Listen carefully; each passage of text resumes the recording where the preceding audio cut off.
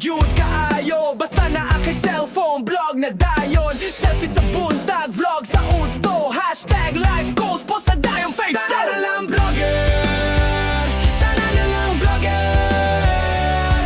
Kisa naman like mo like, kisa naman like mo share. Kung kitang tanan, puros na ma-vlogger. Kisa na may audience, kisa na may viewer. Kung kitang tanan, puros na ma-vlogger. Sa una chat o comments ra, caption sa IG, pictura ng pagkaon, bisan walay lami basta aesthetic.